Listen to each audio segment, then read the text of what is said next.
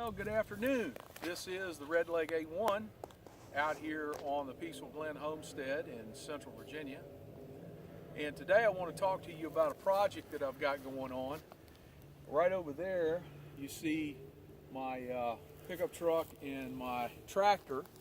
We're going to be working on a ditch that I installed last summer. But I want to start right here. I'm standing inside of a swale that I cut into the landscape 4 years ago. And if you come down in here, you get real close, Joe, you can see that what I've got here is there's vegetative growth in here.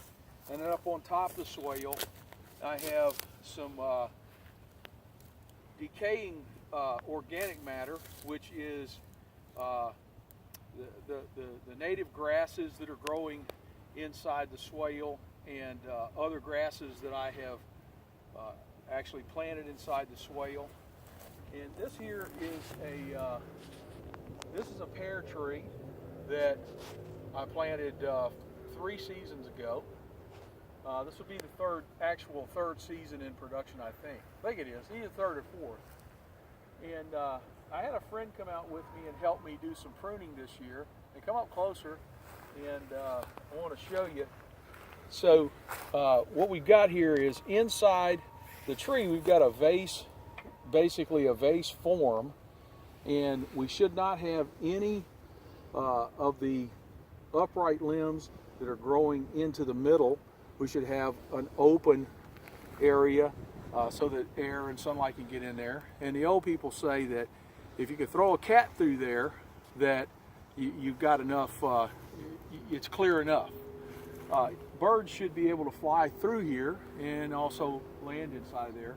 However, I want to say that this particular tree has not been pruned at the proper height.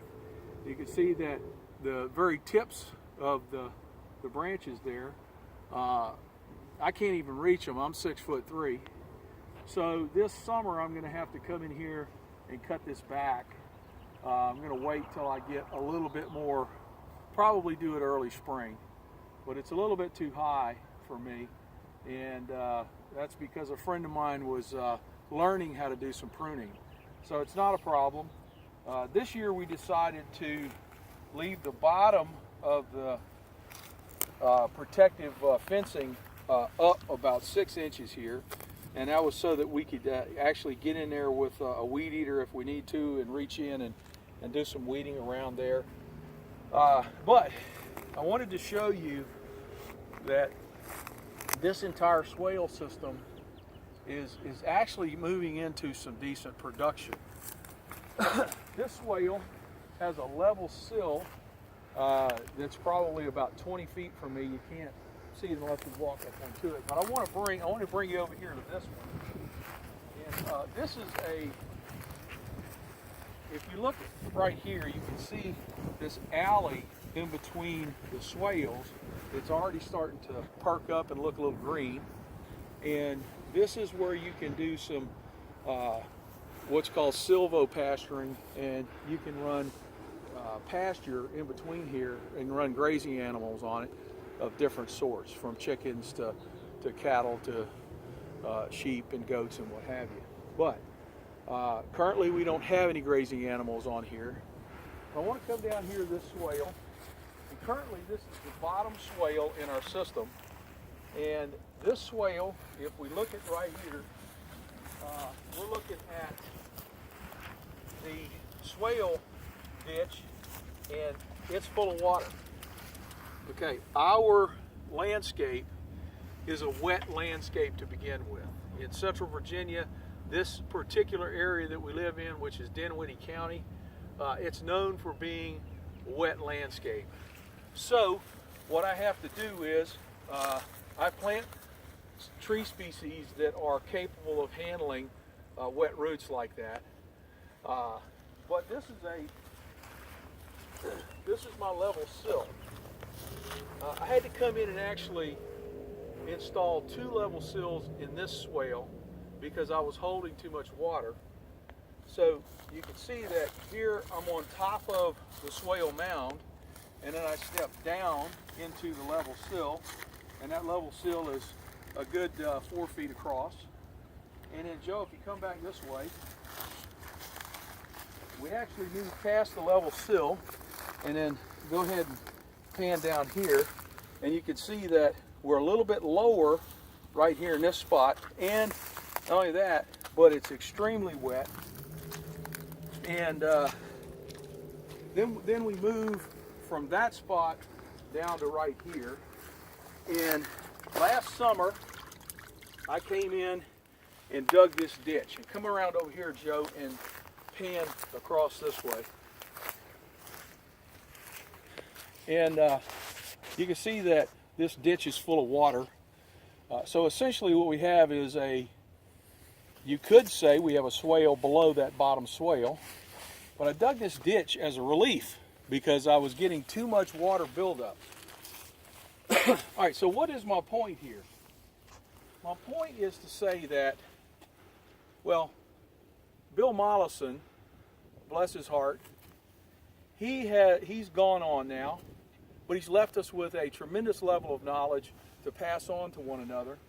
He says that the problem is the solution. I dug this out last year. I actually had someone from the Corps of Engineers come out and take a look at it. They shook their head and weren't quite sure what to think of it. And they told me I need to cover it back up. And they had really no idea what I was trying to do, even after I tried to explain it to them. What the point is that in a wet landscape, and you've built a swale, that's great. But you have to be able to manage the water, the excess water that you're going to have. And recently I've heard a lot of folks talk about, well, you know, swales, they're going to cause problems with waters, maybe mudslides, etc., etc. If you just think about it in a basic, common sense approach, most of us who are out here just in this space trying to get things done without spending $1 million to do it, we can figure this thing out. It may take some time. Now, my particular methodology is to take a step in my mind, plan out the project, maybe draw some things out, maybe write some things out. I don't do a lot of that. And then take a step. So I did that last summer, and I dug this ditch. And I looked at it and observed it for about, well, it's been close to 9 months now. We're coming up pretty close to a year now that this ditch has been in here. But this ditch has been feeding water. Walk this way, Joe.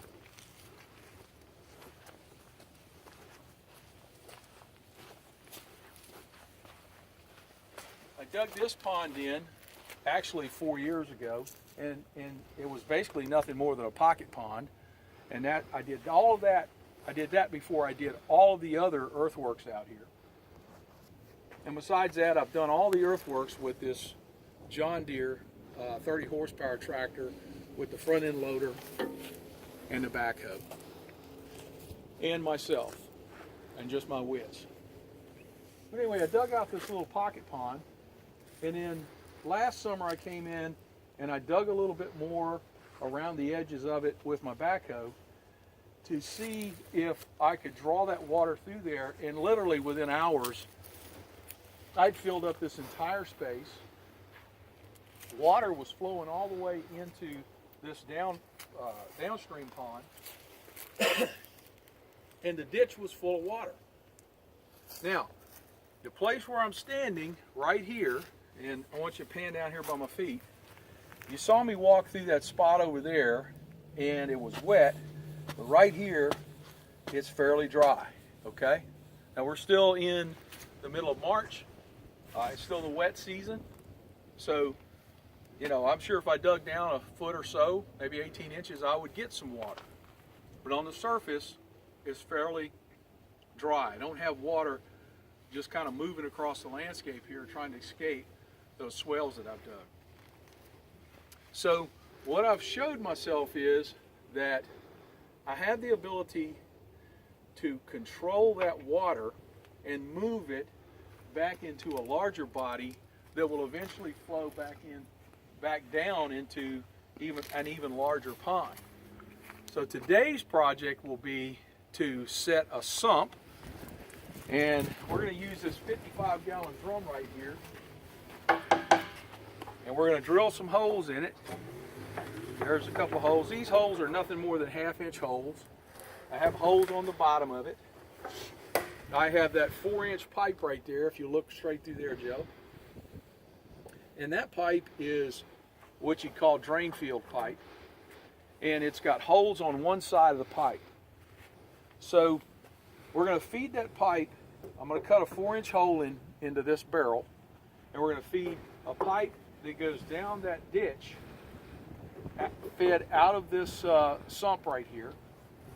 And then I'm going to come back in at a higher level, and I'm going to cut another ditch in. It'll be a shallower ditch, and then I'm going to use this 4-inch corrugated pipe that's got slits in it. And come close, Joe, so you can see these slits. Okay, can you see that? Mm-hmm. Right there, there's a series of slits all the way around this thing.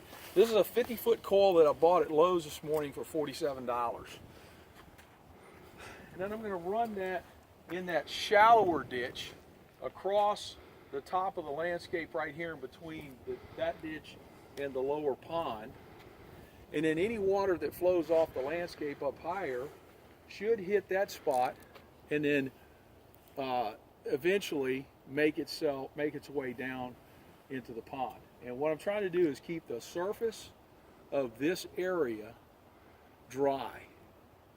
So that's the point that we're trying to get at right now. And we're going to go to work, and we'll do a little bit of video along the way. Okie doke. See you in a minute.